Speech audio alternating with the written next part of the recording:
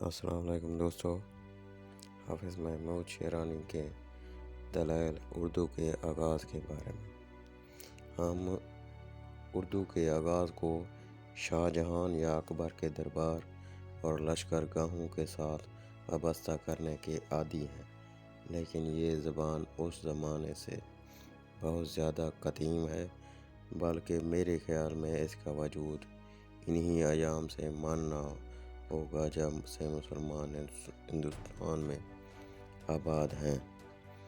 ایک دلیل یہ ہے۔ دوسرا، جس زبان سے اردو ارتقا پاتی ہے وہ نہ برج بھاشا ہے، نہ ہریانی، نہ کنوجی ہے، بلکہ وہ زبان نہ صرف دہلی اور میرٹھ کے علاقوں میں بولی جاتی تھی۔ تیسرا، آج دیکھا جاتا ہے کہ دہلی کے قریب ہی 3 زبانیں یعنی ہریانی، برج اور راجستھانی کا سنگم ہے۔ ہریانی کوئی علیحدہ زبان کہلانے کی مستحق نہیں ہے، بلکہ وہ پرانی اردو یعنی وہی اردو ہے جو 11ویں صدی ہجری میں خود دہلی میں بولی جاتی تھی۔ اس میں اور اردو میں بہت کم فرق ہے۔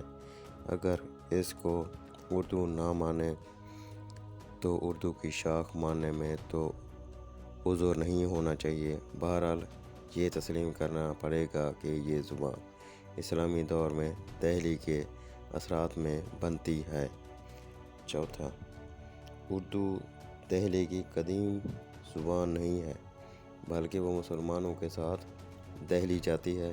چونکہ مسلمان دہلی سے ہجرت کر کے جاتے ہیں، اس لیے ضروری ہے کہ وہ پنجاب سے کوئی زبان اپنے ساتھ لے کر گئے ہوں گے۔ اس نظریے کے ثبوت میں اگرچہ ہمارے پاس کوئی قدیم شہادت یا سند نہیں، لیکن سیاسی واقعات، اردو زبان کی ساخت نیز دوسرے حالات ہمیں اس عقیدے کے تسلیم کرنے پر مجبور کرتے ہیں۔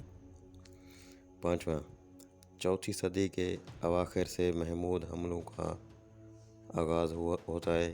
محمود یعنی محمود غزنوی اور تمام پنجاب آل ناصر کے زیر اقتدار آ جاتا ہے۔ چھواں،